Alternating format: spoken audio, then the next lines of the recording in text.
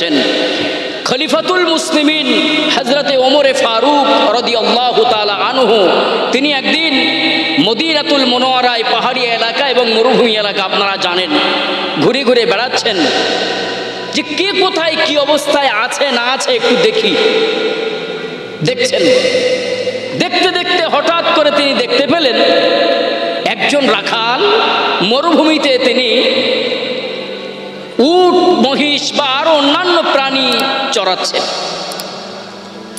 রাখালটার ভিতরে ইসলাম আছে কিনা হযরতে ওমরে ফারুক তিনি পরীক্ষা করার জন্য আস্তে আস্তে করে গেলেন, যে বলছেন আসসালামু আলাইকুম রাখাল ভাই, আমি বহু ক্লান্ত পরিশ্রান্ত, আমাকে মেহেরবানি করে এক পেয়ালা দুধ আল্লাহর রাস্তায় দান করেন, আমি পান করব।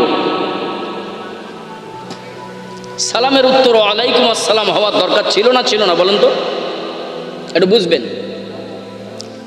খলিফাতুল মুসলিমিন তিনি পরীক্ষা করছেন মানুষদের ভিতরে ঈমান কেমন আছে কেমন গেছে, এই পরীক্ষা করছেন। করতে করতে হযরত ওমর তিনি রাখালকে সালাম দিয়ে বললেন আল্লাহর রাস্তায় আমাকে এক পেয়ালা দুধ দেন।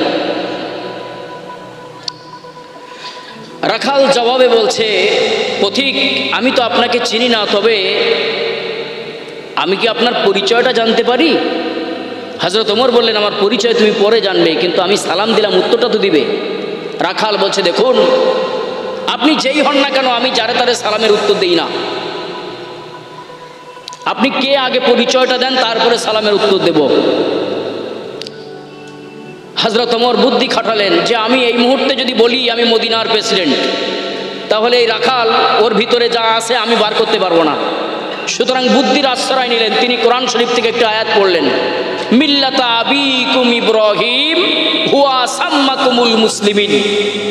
তিনি একটু বুদ্ধির পরিচয় দিলেন আর বললেন যে আমার পরিচয়টা হলো এই, জাতির পিতা ইব্রাহিম আলাইহিস সালাম তিনি আমাদের জাতির পিতা, আর আমাদের নাম তিনি রেখেছিলেন মুসলমান করে। একটু সুবহানাল্লাহ বলেন। মুসলিম জাতির পিতাকে একটু সকলে বলেন তো, সবাই বলেন। আদম আলাইহিস সালাম জাতির পিতা নয়, আদম আলাইহিস সালাম গোটা মুসলিম নয়, গোটা মানব বৃন্দের পিতা। আর মুসলিম জাতির পিতা কে? ইব্রাহিম আলাইহিস সালাম। কোরআন শরীফে এসেছে মিল্লাতা আবিকুম ইব্রাহিম হুয়া, তিনি সাম্মাকুমুল মুসলিমিন, তিনি তোমাদের নাম রেখেছেন মুসলমান করে। একটু জোরে বলবেন। তাহলে আমরা মুসলমান আজ থেকে 5000 প্রায় 90 থেকে 95 বছর আগে আমাদের একজন জাতির পিতা ছিলেন, নাম তাই ইব্রাহিম, তিনি আমাদের নাম দিয়েছেন। জোরে বলুন সুবহানাল্লাহ। হযরত ওমর ফারুক রাখালের সামনে বললেন আমি হলাম একজন মুসলিম। যখনই এই কথা বলেছেন রাখাল তখন উল্টো করে প্রশ্ন করলেন, আপনি মুসলমান পরিচয় দিলেন, কিন্তু 1 নম্বরের মুসলিম না 2 নম্বর না 3 নম্বরের ভেজাল? আচ্ছা ওমর রাগী ছিলেন না নরম ছিলেন? রাগী না? আচ্ছা সালাম দিয়ে যদি উত্তর পেতে গেলে ভেজাল শুনতে হয়, 1 নম্বর 2 নম্বর 3 নম্বরে মুসলিম শুনতে হয়, রাগ বেশি হওয়ার দরকার না কম হওয়ার দরকার? আমাদের মতন লোক হলে আগে চড় ঘুষি কিল বক্সিং যে যা পারি মেরে নিতাম না? হযরত ওমর বললেন রাখাল ভাই, আমি সালাম দিয়েছি, সালামের জবাব না দিয়ে আপনি আমাকে ভেজাল মুসলমান বানিয়ে দিলেন। রাখাল বলে পথিক রাগ করবেন না আমার কথার, তার কারণ হলো আমি পরীক্ষা করছিলাম আপনি 1 নম্বরের মুসলিম না 2 নম্বর 3 নম্বরের ভেজাল মুসলিম, কিন্তু আপনি আমার পরীক্ষায় উত্তীর্ণ হতে পারলেন না। আপনাকে আমি এই মুহূর্তে দেখতে পাচ্ছি 3 নম্বরের ভেজাল মুসলমান। আপনি কত নম্বর? 3 নম্বরের ভেজাল মুসলমান। হযরত ওমর মেজাজ করা কিন্তু ধৈর্যের পরিচয় দিলেন। ফাকুল লাহু কাওলান লাইয়িনান। হযরত মূসা নবী তিনি রাগী ছিলেন না নরম ছিলেন? রাগী ছিলেন। আল্লাহ যখন ফিরাউনের কাছে পাঠাচ্ছিলেন তখন মুসা আলাইহিস সালামকে বলে দেওয়া হলো, ইযহাব ইলা ফিরাউন, ও মুসা ফিরাউনের দরবারে চলে যাও, শ্বশুর বাড়িতে বসে বসে আর খাওয়া দাওয়া করলে চলবে না, যাও চলে যাও। তবে মুসা যাওয়ার সময় তোমাকে আমি শিখিয়ে দিলাম, ফাকুলা লাহু কাওলান লাইয়িনান। ফিরাউন রাষ্ট্রপতি, তো সে দেশের মালিক, সুতরাং তার সামনে কথা বলতে গেলে খবরদার কাওলান লাইয়িনান, নরম এবং কোমল ভাবে তুমি কথা বলো, দেখো তার দ্বারাই নিশ্চিত কিছু একটা ফল তুমি পাবে। একটু জোরে বলেন। হযরত ওমর ফারুক তিনি নরম হয়ে গেলেন এবং বললেন, ভাই রাখাল, আপনি আমার ভিতরে কি এমন পেলেন যেটা নিয়ে আপনি আমাকে 3 নম্বরে ভেজাল মুসলমান বানিয়ে দিলেন? রাখাল বলছে, পথিক, ভেজাল মুসলমানের নমুনা হলো চাওয়ার ব্যাপারে সতর্কতা অবলম্বন করবেন। কোনো পীর অলিয়া উলিয়া, কোনো মাজার, কোনো কবর, কোনো ঠাকুর, কোনো তুলসী গাছের কাছে গিয়ে যে যার কাছে পাবে ইচ্ছা মতন চাবে না। মুসলমান চাইবে তো চাইবে একমাত্র কার কাছে? আপনি দুধ চেয়েছেন কার কাছে? ওমর দুধ চেয়েছেন কার কাছে? রাখালের কাছে। তা আপনি ইমানদার বলে পরিচয় দিলেন, আর আমি এই মুহূর্তে দেখলাম আপনার ইমানের পরিচয় পেলাম না। আমি তো মনে করি আপনি একজন ভেজাল মুসলমান। বলছে, আমি চেয়েছি তো আল্লাহর রাস্তে চেয়েছি। বলছে, আপনি আল্লাহর রাস্তে চাইলেন কেন? এটাও তো অন্যায় করেছেন। আপনি শুধু অন্যায় করেননি, আপনি মুনাফিকি করেছেন, আপনি প্রতারণা করেছেন, কপটতা করেছেন, যত রকমের কথা দিয়ে তাকে মারা যায় রাখাল তাকে সেই কথা দিয়ে মারপেচ দিচ্ছেন।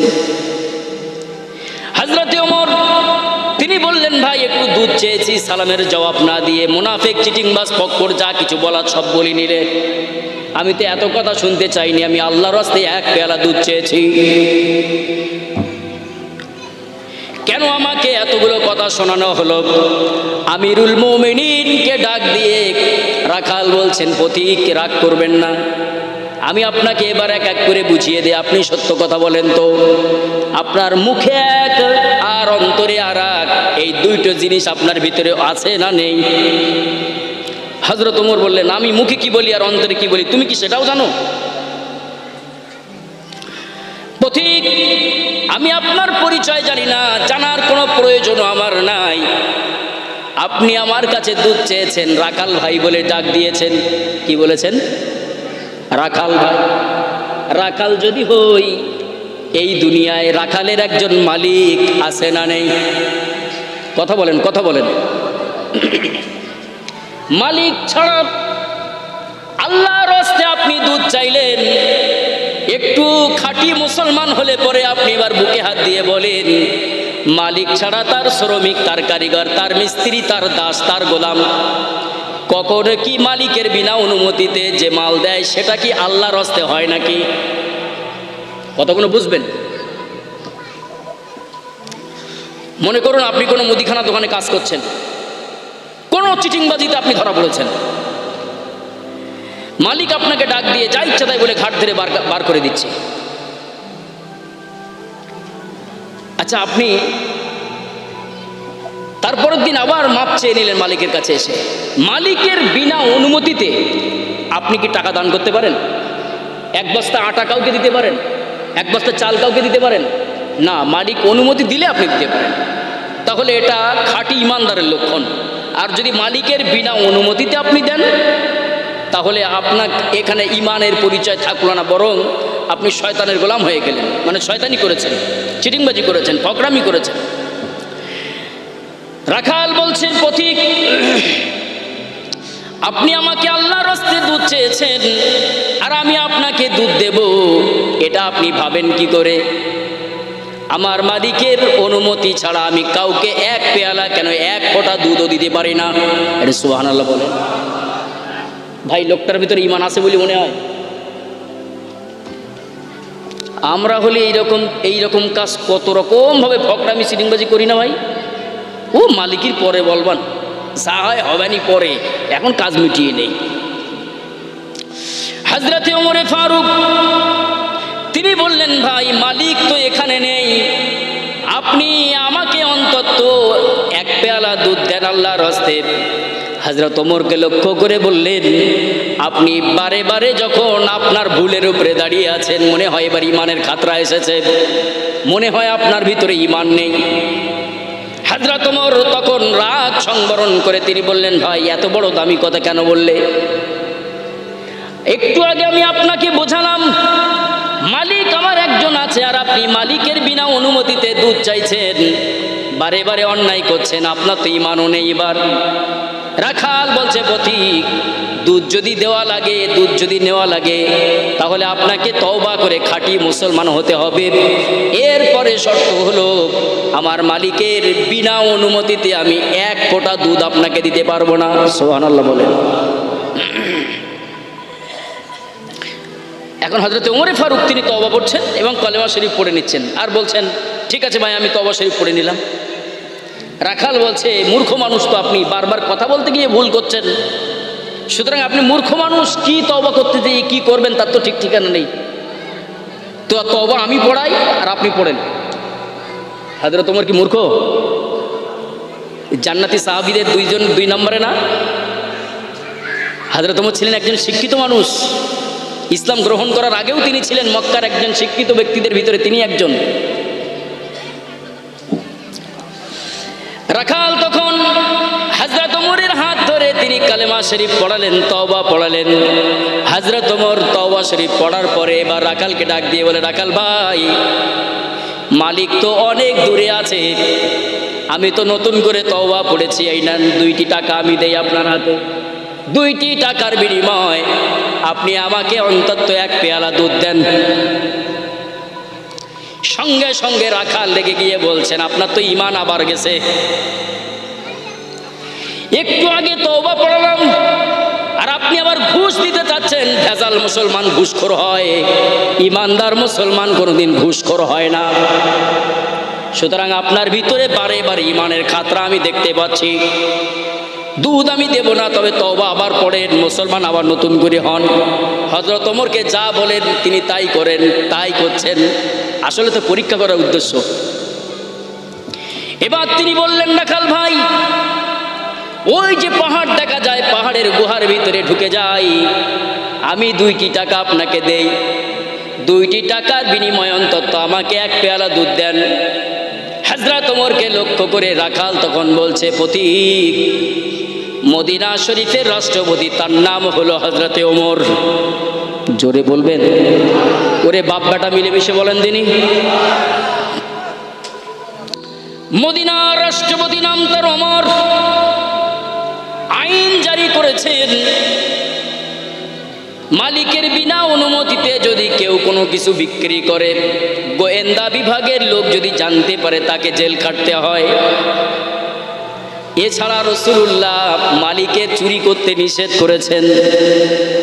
আল্লাহর কোরআন অনুযায়ী আমি এই হুকুম পালন করতে পারবো না, বরং আপনি যদি মনে করেন দুধ আপনাকে নেওয়াই লাগবে, তাহলে আমার মালিকের বাড়ি 14-15 কিলোমিটার দূর। আপনারা হয়তো বলতে পারেন যে 14-15 কিলোমিটার দূর কী করে হয়, এই তো বাড়ির পাশে মাঠ। কিন্তু না, আমি মক্কা থেকে যখন মদিনায় যাচ্ছিলাম দেখলাম শত শত কিলোমিটার শুধু মরুভূমি আর মরুভূমি। তার ভিতরে রাখালেরা আছে,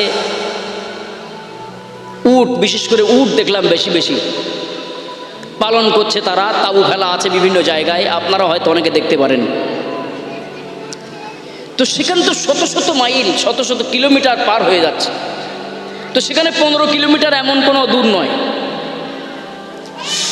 হযরত ওমর বলেন, ভাই ওমর আইন জারি করে তো মদিনায় বসে আছে, সে ওমর তো এখানে আসবে না, সুতরাং ওমরের গোয়েন্দা বিভাগ আশেপাশে কাউকে দেখতে পাই না, এই 2টি টাকা আপনি পকেটে পরেন আর আমারে 1 পেয়ালা দুধ দেন, কোনো অসুবিধা হবে না। রাখাল বলে, পথিক ওমর না দেখতে পারে, দুনিয়ার আমার যে মালিক 14-15 কিলোমিটার দূর থেকে আমাকে নাও দেখতে পারে, ওমরের একজন রব আছেন, সৃষ্টিকর্তা আছেন, আমার মালিকের একজন মালিক আছেন, আমারও জীবনের মালিক, হায়াতের মালিক, পৃথিবী আসমান জমিনের মালিক একজন আছেন। তার চোখের সামন থেকে এড়িয়ে কোনো কাজ করা আমার দ্বারা সম্ভব নয়,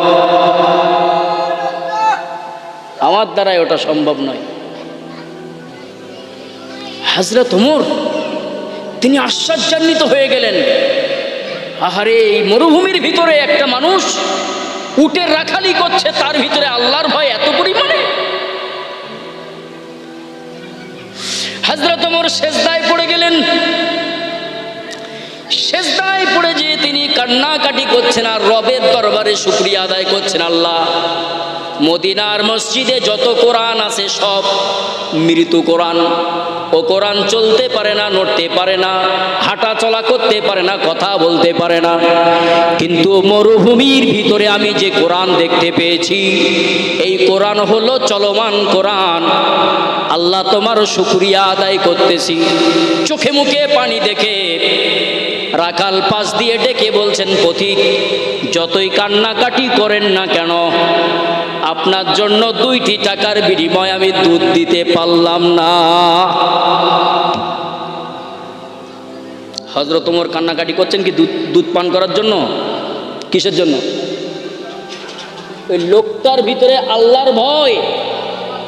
ইন্নাল্লাযীনা ক্বালু, যে আয়াত পড়েছিলাম, ক্বালু রাব্বুনাল্লাহ সুম্মাস্তাকামু তাতানাজ্জালু আলাইহিমুল মালায়েকা, যারা আল্লাহর উপরে বিশ্বাস করে, ভয় করে, তাকওয়া অবলম্বন করে, তাদের ব্যাপারে আল্লাহ সব জায়গায় বিপদের ঘাটিগুলো উন্মুক্ত করে দেন। জোরে বলুন সুবহানাল্লাহ। হযরতে ওমর তিনি রাখালকে ডাক দিয়ে বলছেন, রাখাল ভাই, দুধ আমার পান করাতে হবে না, দুধ আমি পান করেছি। ওগো রাখাল ভাই, আপনি আমাকে এবার জানান, এক ওয়াদাকা আল্লাহকে আপনি মেনে নিয়েছেন, ওমরের পুলিশ প্রশাসনের ভয় ওটা ছেড়ে দেন, কিন্তু আল্লাহর ভয় কলিজার ভিতরে আপনার এত পরিমাণে কেন? আপনি আমাকে এইটা একটু বুঝিয়ে বলেন। রাখাল বলছে, পথিক, আমার 2টি মাত্র চাওয়া পাওয়া। জীবনে অনেক কিছু আমি আল্লাহর কাছে চেয়েছি, আল্লাহ আমাকে দিয়েছেন।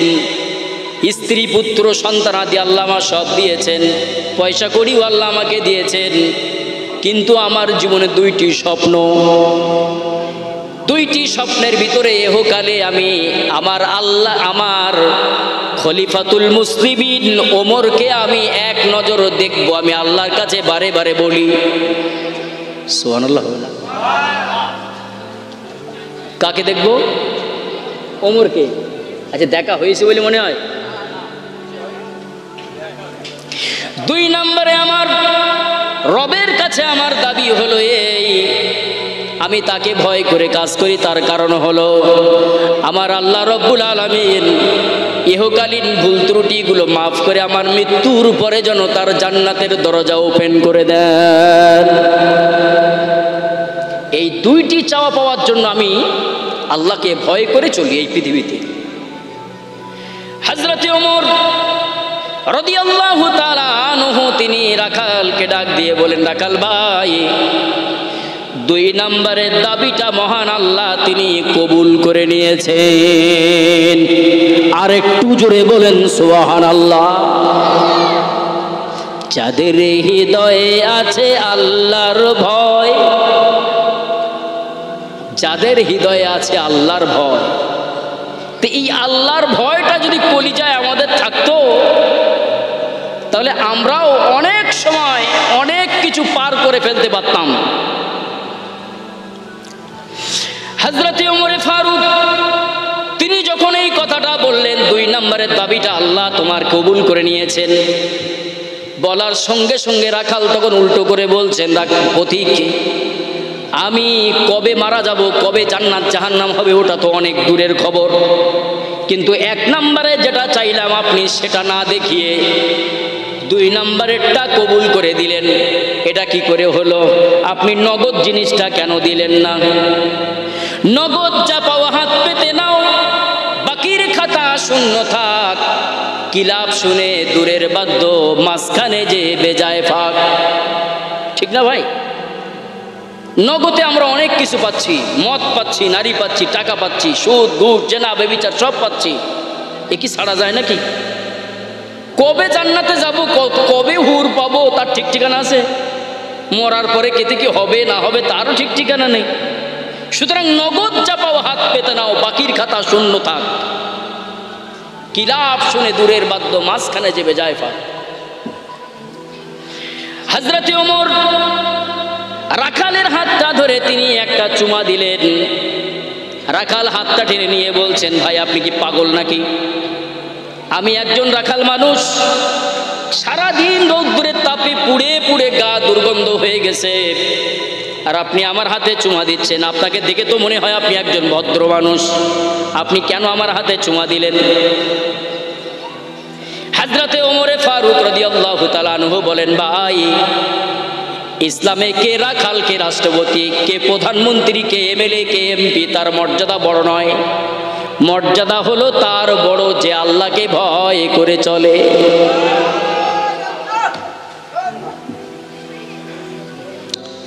রাখাল ডাক দিয়ে বললেন, পথিক আমার এক নম্বরে আসা চাওয়া পাওয়া, এই জামানায় বর্তমান মদিনার রাষ্ট্রপতি যিনি, ওমরকে আমি এক নজর দেখবো। আপনি সেটার কথা বললেন না কেন? এখন ওমর যদি বলে আমি ওমর, সব তো ফাঁস হয়ে যাবে নাকি? গোপন আর কিছু থাকলো? আর ও যে একটু আগে মুনাফেক বললো, তওবা পড়ালো, চিটিংবাজ বললো, ধাপাবাজ বললো, ওই রাখালকে যদি ওই মরুভূমির তাপে যদি বলে, এমনিতে এখন যে প্রচণ্ড গরম পড়ছে, প্রচণ্ড তাপ, এই দাহের ভিতরে যদি আপনি কারোর একটু ধমক দিয়ে কথা বলেন, সে তো হাটফেল করবে যখন তখন। হযরত ওমর যদি বলতেন যে আমি ওমর, ওই রাখাল ওই ওমর বলাও শেষ আর জায়গায় হাটফেল করাও শেষ, ঠিক না ভাই? কেন ওমর সে তো কঠিন প্রকৃতির মানুষ, তারে মুনাফেক বললো, তওবা পড়ালো, কত কিছু করলো, অশিক্ষিত বললো, মূর্খ বললো।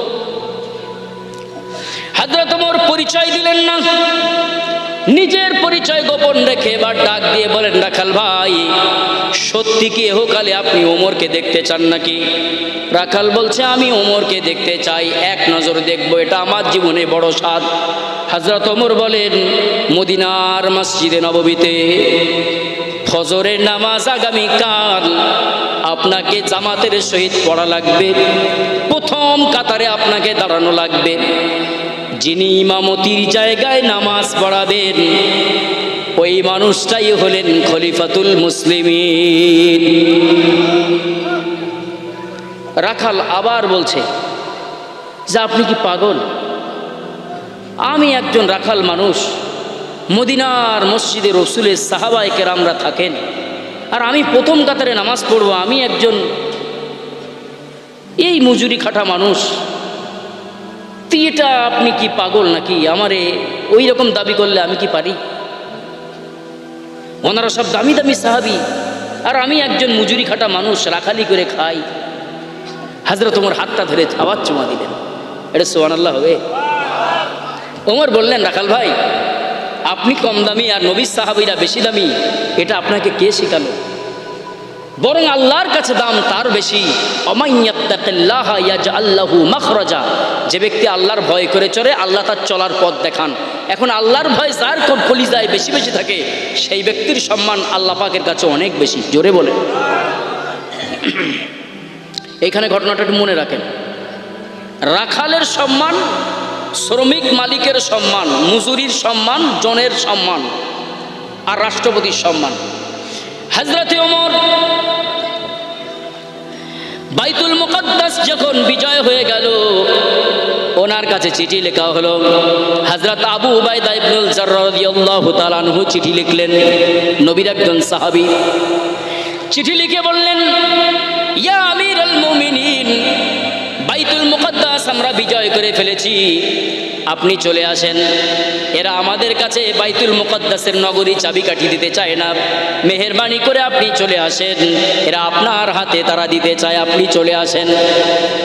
আবু উবাইদা রাদিয়াল্লাহু তাআলা আনহুর চিঠি পাওয়ার সঙ্গে সঙ্গে হযরতে ওমর উট নিয়ে চললেন, সঙ্গে তার গোলামকে নিলেন, আসলামকে নিলেন, আর বললেন, আসলাম তুমি চলো কিছু দূর, আমি উটের উপরে চড়ি, আমার নির্দিষ্ট জায়গা পর্যন্ত যাওয়ার পরে তুমি উঠবে।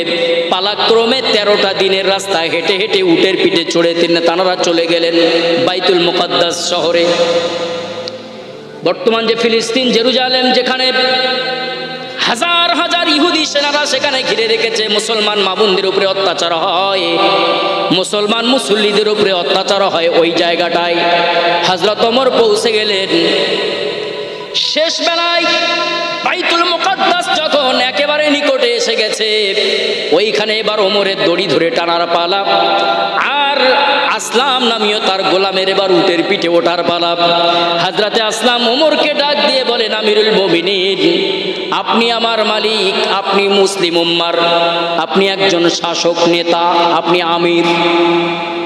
আমি এতক্ষণ ধরে আপনার আইন সব ফলো করেছিলাম, কিন্তু আর পারলাম না। এখানে বড় বড় রাষ্ট্রপতিরা, মেহমানরা আছে, বড় বড় মেহমান সব উপস্থিত। আপনি উটের দড়ি ধরে টানতে টানতে যাবেন, এটা আমার পক্ষে মেনে নেওয়া সম্ভব হচ্ছে না। আপনি ওঠেন, আমি দড়ি ধরে টানতে টানতে নিয়ে যাই। আল্লাহর ভয় কলিজায় কারে বলে, এটা ভালো করে লক্ষ্য করেন। হযরত ওমর বলেন, শোনো আসলাম, জীবন চলে যাবে। আমি জাতিতে ছিলাম উট চড়ানো জাতি, কেউ আমাকে চিনত না। উটের দুধ বিক্রি করে খেতাম, কেউ আমাকে বুঝতো না, জানতো না কে ওমর, কে খাত্তাবের বেটা ওমর, কেউ চিনত না। ইসলাম মেনে নেওয়ার জন্য আমার সম্মান আল্লাহ দিয়েছেন। সুতরাং ওই ইসলামের হুকুম অনুযায়ী শ্রমিকের সম্মান আমি ওমর নষ্ট করতে পারি না। মালিক হিসাবে আমার খাদেমের সম্মান ইজ্জত, তার মর্যাদা আমি ক্ষুণ্ণ করতে পারি না। একটু জোরে বলুন সুবহানাল্লাহ। ওঠো আসলাম, তুমি ওঠো উটের পিঠে। আমি দড়ি ধরে টানতে টানতে বাইতুল মুকাদ্দাস পর্যন্ত যাব। ইজ্জতের মালিক আমার আল্লাহ, তিনি আমার সম্মান দিয়ে দিবেন।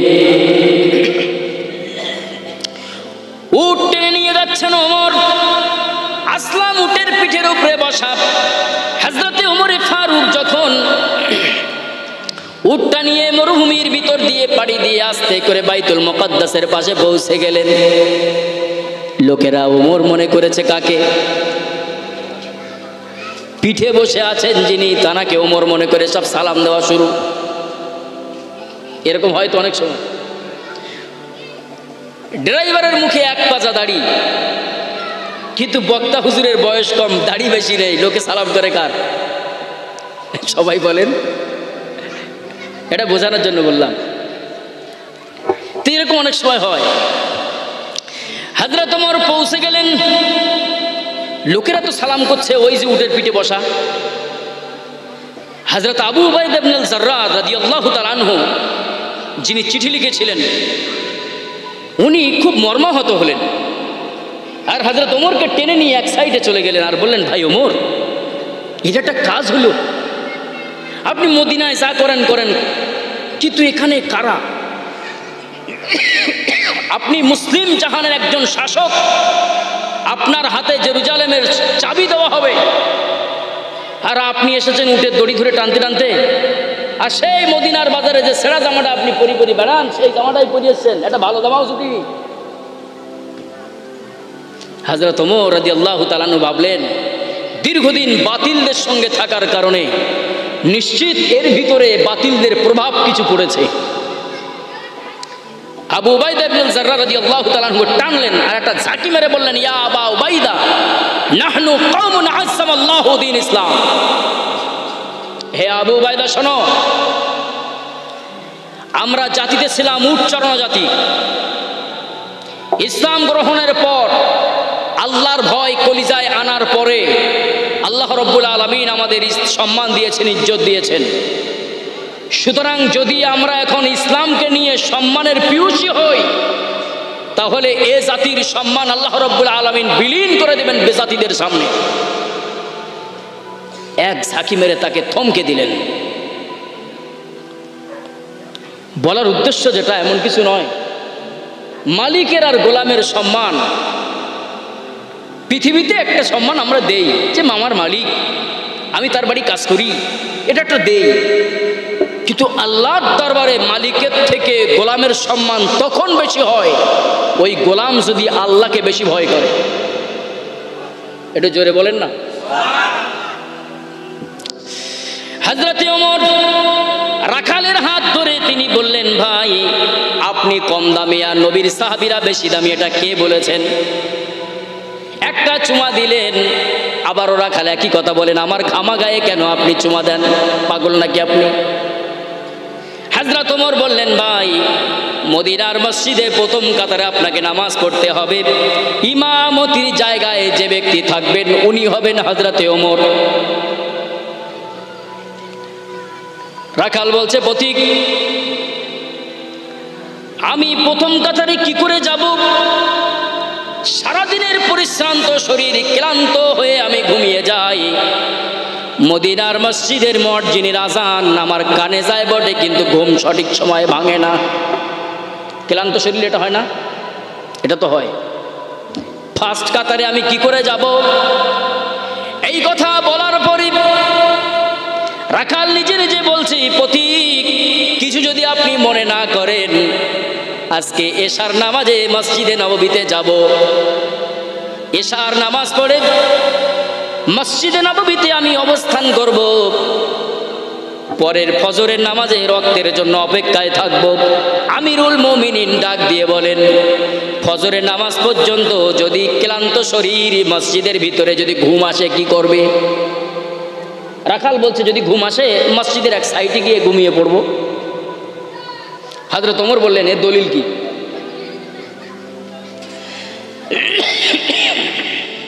সব জিনিসই তো দলিল দরকার নাকি?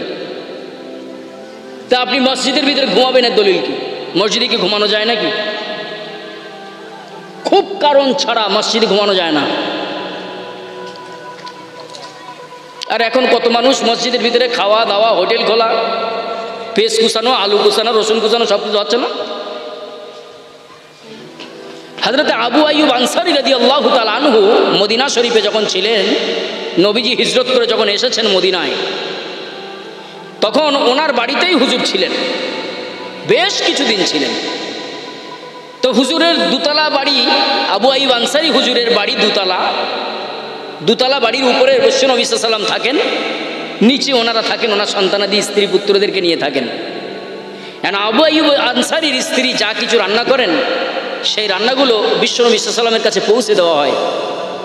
হাদিস শরীফ এসেছে, কোনো একটা সময় হযরত আবু আইয়ুব আনসারীর স্ত্রী সেই খাদ্যের ভিতরে, সেই তরকারির ভিতরে রসুন এবং পেঁয়াজ দিয়ে রান্না করেছিলেন। রান্না করার পরে বিশ্বনবীর কাছে যখন ওই খানাটা পৌঁছে দেওয়া হলো, নবীজি প্রতিদিন খান কিন্তু ওই দিনকে খেলেন না। আবু আইয়ুব আনসারী এসে দেখছেন যে বিশ্বনবী খেলেন না, কেন রাগ করলেন? আমার মেহমানদারিতে কোনো ত্রুটি হলো নাকি? বিভিন্ন কথা মনে মনে ভাবছেন। জিজ্ঞাসা করেই ফেললেন যে, হুজুর আজকে আমার রান্নাটা খেলেন না, প্রতিদিন তো আপনি খান। নবীজি বলেন, আমি কারোর উপরে কোনো গোসা করিনি, রাগ করিনি। ও আবু বাইদা, আজকে আমি দেখতে পাচ্ছি আমি আল্লাহর নবী যার সঙ্গে কথা বলি, তোমাদের তার সঙ্গে কথা বলতে হয় না। আমার সঙ্গে আল্লাহর ফেরেশতারা কথা বলেন, আল্লাহর ফেরেশতারা কোনো দুর্গন্ধকে পছন্দ করেন না। একটু জোরে বলেন। সুতরাং এর ভিতরে পেঁয়াজ এবং রসুনের গন্ধ আমি পাই, তোমরা খেয়ে নাও। আমি যার সঙ্গে কথা বলি তোমাদের তার সঙ্গে কথা বলতে হয় না। একটু জোরে বলেন। আচ্ছা, যে নবীজি পেঁয়াজ এবং রসুনের তরকারি পর্যন্ত খেলেন না, ভালো করে বোঝেন, এ খাওয়া যে হারাম তা না, কিন্তু খাওয়া হারাম হলে নবী নিষেধ করতেন। কিন্তু দুর্ভাগ্য, সেই মসজিদের ভিতরে বসে আলু ছানা হচ্ছে না, আলু ভর্তা দিয়ে কি করা হচ্ছে, চলছে না। সেই মসজিদের ভিতরে পেঁয়াজ কুচানো হচ্ছে। যাক, যারা করছেন তানাদের ফতোয়া তানাদের কাছে থাকুক। হযরতে ওমর তিনি জানতে চাইলেন, ভাই আপনি ঘুমাবেন, ফতোয়া কোথায় পেয়েছেন, এবার আমার জবাব দেন। রাখাল বলছেন, আচ্ছা ঠিক আছে, আমি নাই ঘুমাবো না। যে রাখাল একটু আগে তওবা পড়াইলো, যে লোকটা মূর্খ, সে যদি দলিল চায় মাথায় কাজ করে? বলেন, মাথায় তো কাজ করছে না। রাখাল বলছে, আচ্ছা ভাই ঠিক আছে, আমি নাই ঘুমাবো না, মসজিদের কোনায় বসে থাকবো। হযরত ওমর বললেন, না, তুমি আজানের গুরুত্ব দিবে, মসজিদের আজান শুনবে, মুয়াজ্জিনের আজান শুনে তুমি ঘুম থেকে জাগ্রত হয়ে মসজিদে যাবে। মসজিদের আজান হওয়ার পরেও অনেক এলাকায় মসজিদে দেখবেন মুয়াজ্জিন সাহেবরা এই প্রচার করেন, ফজরের নামাজের আর 10 মিনিট সময় আছে। আপনাদের এলাকার মনে হয় কেউ বলে না, বলে না? বলেন। এই মুর্শিদাবাদ, মালদা, শিলিগুড়ি, কোচবিহার, আসাম পর্যন্ত আমি যত জায়গায় গেছি, এদিকে উত্তর 24 পরগনা, দক্ষিণ 24 পরগনা, হাওড়া, হুগলি, মেদিনীপুর, কম বেশি কোনো না কোনো জেলায় কোনো না কোনো মসজিদে এই আওয়াজ আমার কানেও এসেছে। এখানে হয়? আচ্ছা, আপনি বলেন, আজানের বাক্য, এতগুলো বাক্য বলা হলো, ঘুম ভাঙল না মুসলমানের? শেষমেশ আওয়াজ সতর্ক করা হচ্ছে কি আর 10 মিনিট সময় আছে, তার মানে তখন লেপার কাঁথা কম্বল ফেলি তুমি দৌড়ো, এটাই তো মানে দাঁড়াচ্ছে। মুয়াজ্জিন যদি একদিন না বলেন, গ্রামের মোড়ল মাতব্বররা এসে মুয়াজ্জিনের উপরে চাপ দেন, আজকে তো আওয়াজটা পাইনি কেন, বসেছিলাম অপেক্ষায়, হয় না? হযরত ওমর বললেন, মুয়াজ্জিনের আজান শুনবে, আজান শুনে তুমি মসজিদে নববীতে আসবে, আজানের গুরুত্ব তোমাকে দেওয়া লাগবে। 10 মিনিট সময় আছে, কথা বলার কি কোনো জরুরত ইসলামে আছে নাকি? ইসলামে কোনো জরুরত নেই। হযরত আমিরুল মুমিনিন তারাকে এই কথা বলে তিনি চলে গেলেন। ফজরের নামাজে আজান হয়েছে বটে, কিন্তু আজানে রাখালের ঘুম ভাঙেনি।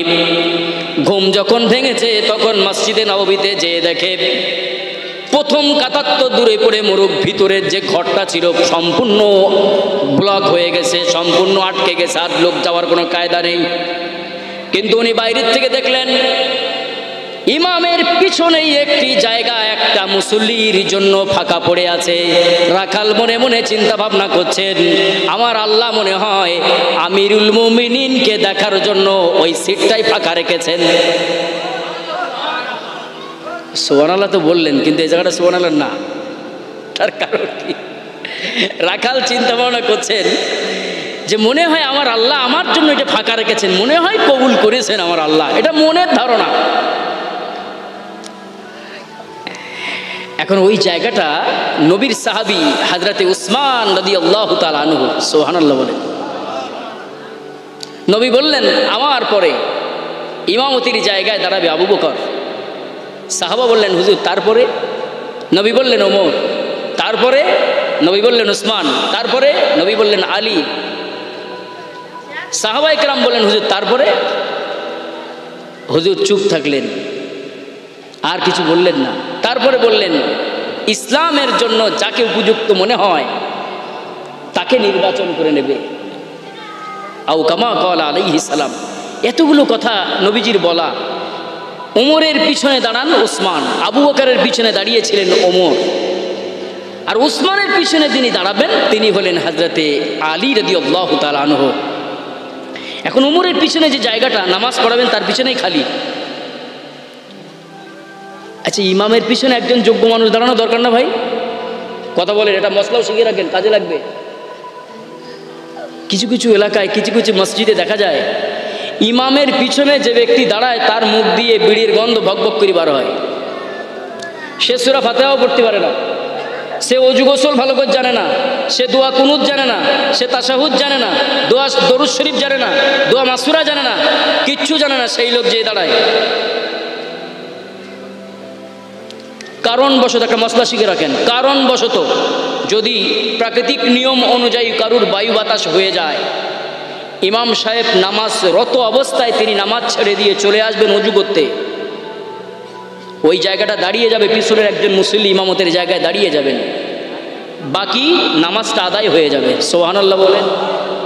কিন্তু বর্তমান যে দশা চলছে, মুসলমানের ইমানের পিছনে যিনি দাঁড়াচ্ছেন তানারও সেই বেহাল দশা। তানাকে নামাজ পড়াতে দিলি 4 রাকাতের জায়গায় 10 রাকাত পড়িয়েও শেষ করতে পারবে না, ও পড়েই যাবে কিন্তু সালাম ফেরানোর সুযোগ পাবে না। হযরতে ওমর পিছনেই দাঁড়াবেন, হযরতে ওসমান গনি রাদিয়াল্লাহু তাআলা আনহু। এই রাখাল মনে করছেন আল্লাহ মনে হয় আমাকে দয়া করে ওই সিটটা ফাঁকা রেখে দিয়েছেন। সাহাবায়ে কেরামদেরকে সরিয়ে দিয়ে বলছেন ভাইজান একটু সরেন, চাচা একটু ঘুরিয়ে বসেন, মামু একটু সাইড দেন, খালু একটু সরিয়ে বসেন। এরকম হয় না? সামনে কাতার ফাঁকা, মুসল্লিরা যাচ্ছে পিছন দিক থেকে, দেখে সামনে কাতার পূরণ করতে হবে। আমরা এটা বলি না যে একটু সাইডে যান, সরে বসেন, ঘুরে বসেন, আমি যাব, এরকম হয়তো। এখন এই রাখাল ব্যক্তি যাচ্ছেন আর সাহাবায়ে কেরাম তাকিয়ে তাকিয়ে দেখছেন আর বলছেন লোকটা কি পাগল নাকি, সামনে যাচ্ছে কোথায়, সিট তো ফাঁকা নেই, তা যাচ্ছে কোথায়? ও তো জানে না ওই সিটটা কার। হযরতে ওমরে ফারুক তখনও আকামত হয়নি, তিনি ইমামতের জায়গায় আসেননি। রাখাল এই কথা মনে করে তিনি যাচ্ছেন ওমরকে দেখবেন। হযরত ওসমান গনি আকামতের সময় হলে তিনি সেখানে যাবেন। হযরতে ওসমান গনি ওই জায়গাটা ফাঁকা দেখতে পেয়ে রাখাল আস্তে আস্তে সাহাবায়ে কেরামদেরকে ফাঁকা করে দিয়ে ওইখানে গিয়ে বসেছেন। সাহাবায়ে কেরামদের ভিতরে একটা গুঞ্জন তৈরি হয়ে গেল, লোকটা কি পাগল নাকি, কোথায় বাড়ি লোকটার, অপরিচিত লোকের ভিতরে আসার দরকার কি, জানে না বোঝে না আইন কানুন, কেন আসলো এর খোলে। সাহাবায়ে কেরামদের গুঞ্জন কান না দিয়ে তিনি একটাই চিন্তা যে আমি ওমরকে এক নজর দেখব, এই চিন্তায় তিনি বসে আছেন, বসে গেছেন। হযরত ওসমান গনি রাদিয়াল্লাহু তাআলা আনহু এসে হাত ধরে সালাম করে বলছেন, ভাই আপনার পরিচয় কি, ভাই আপনার পরিচয় কি? যখনই বলেছেন ভাই আপনার পরিচয় কি, রাখাল ব্যক্তি তো উট গরু বাছুর যারা চড়ায় তাদের কিন্তু বহুত ধৈর্যের পরীক্ষা দিতে হয়, কিন্তু ধৈর্য আবার হারাও হতে হয়, তাই না ভাই? এখন ওদিক তাকিয়ে বলছে, এই জন্য তো আমি মসজিদে নববীর ভিতরে আসি না, নবীর দামি দামি সাহাবীরা এর ভিতরে থাকে, কিন্তু গতকালকের সেই পথিক আমার সর্বনাশ করেছে। গতকালকের কে এসে ওমর, কিন্তু ও তো জানে না। তা আমি তো এই জন্য আসতে চাই না, কিন্তু গতকালকের এই পথিক আমার সর্বনাশ করে দিয়েছে। হযরত ওসমান বলেন, ভাই আপনার পরিচয় কি? তো মসজিদের ভিতরে আসলে আবার আধার কার্ড দেখাও, আই কার্ড দেখাও, প্যান কার্ড দেখাও, পুরাতন রেশন কার্ড, নতুন রেশন কার্ড সব বার করো, তা নইলে এনআরসি করবো, এ কি হয় নাকি? এটা তো মসজিদ, আল্লাহর ঘর, কেন আমার পরিচয় জানতে চান? আমি তো আসতে চাইনি সহজে, কিন্তু গতকালকে পথিক আমার সর্বনাশ করেছে। এই পথিক করতে করতে হযরতে ওমরে ফারুক আকামতের সময় হয়ে গেছে, ইমামতের জায়গায় চলে এসেছেন। জোরে বলুন। ওসমান গনি রাদিয়াল্লাহু তাআলা আনহু তার হাত ধরা। সাহাবায়ে কেরামদের গুঞ্জন ওমরের কানে পৌঁছে গেল। লোকটা তখন বলছে, পথিক আমার সর্বনাশ করেছে। হযরত ওমর আকামত হয়েছে, দাঁড়িয়ে গেলেন ইমামতির জায়গায়। ইমাম সাহেব তাহার ইমামতি আল্লাহু আকবার বলে দাঁড়িয়েছেন, সূরা কেরাত শুরু করবেন, কিন্তু সূরা কেরাত এখনো পড়েননি। তিনি সবেমাত্র আল্লাহু আকবার বলে দাঁড়িয়েছেন। রাখাল পিছন দিক থেকে তিনি ঘোষণা দিলেন, তাকবীর দিলেন, আল্লাহু আকবার। নবীর সাহাবায়ে কেরাম বিরক্ততার সহিত নামাজে তিনি তখন দাঁড়িয়েছেন। এই অবস্থায় মুসল্লিরা তখন তাকে সাবধানতা অবলম্বন করে তাকে জানতে চাইলেন, ভাই ইমাম যদি নামাজে সূরা কেরাত ভুল করে তাহলে তাকবীর দিতে হয়, তাহলে তাকে দোহরানোর জন্য, সংশোধন করার জন্য পিছন দিক থেকে কি করতে হয়, লোকমা দিতে হয়। ইমাম সাহেব এখনো সূরা কেরাত পড়েননি, শুধুমাত্র তাহরিমা বেঁধে হাত বেঁধেছেন, আর আপনি তাকবীর দেওয়া শুরু করেছেন। কারণটা কি আপনি বলেন? অনেকক্ষণ থেকে আপনি উল্টো পাল্টা করছেন, কিছু বলি না আপনাকে। রাখাল তখন মেজাজ হারিয়ে ফেলে বলছেন, নবীর সাহাবীরা, ওই পথিক কেন আমিরুল মুমিনিনের জায়গায় গেল? ইমামতের জায়গায় ইমাম সাহেব থাকবে, পথিক কেন ওখানে গেল? তাহলে তো ওটা তো মহাভুল। আমি তাকবীর দেখে অন্যায় করেছি নাকি? এটা সুবহানাল্লাহ বলে। হযরতে ওমর পিছন ফিরে দেখেন, এই অবস্থায় তো আর নামাজ হয় না। তিনি হলেন আমিরুল মুমিনিন, সব দিকে তো তার কম বেশি খেয়াল রাখতে হয়। নামাজের যখন সময় আসে নামাজ তিনি ছেড়ে দিলেন। পিছন দিকে তাকিয়ে যখন এই অবস্থা দেখতেছেন, পথিক কেন আমিরুল মুমিনিনের জায়গায়? সাহাবায়ে কেরাম ক্ষেপে আগুন। হুজুর আপনি একবার আমাকে অনুমতি দেন, আমাদেরকে অনুমতি দেন, আমাদের আমির, আমাদের নেতা হিসাবে যাকে মেনে নিয়েছি তাকে পথিক পথিক বলে এখানে বারে বারে গালি দেয়, এটা তো মানা যায় না। নরেন্দ্র মোদী এখন প্রধানমন্ত্রী, তার অনুসরণ যারা করে, তার যারা সাপোর্টার বিরাট, এখন ওদের সামনে যদি আপনি নরেন্দ্র মোদীকে বিভিন্ন অকথ্য ভাষায় গালিগালাজ করেন, ভক্তরা কি আপনাকে মধু পান করাবে? কি করবে? কিছু না কিছু করবে। মমতা ব্যানার্জির সাপোর্টারের সামনে যদি তাকে আপনি গালি দেন, কলিজায় আঘাত তো তাদের লাগবে না? লাগবে না? সুতরাং সহজে ছাড়বে না। সাহাবায়ে কেরামের কলিজা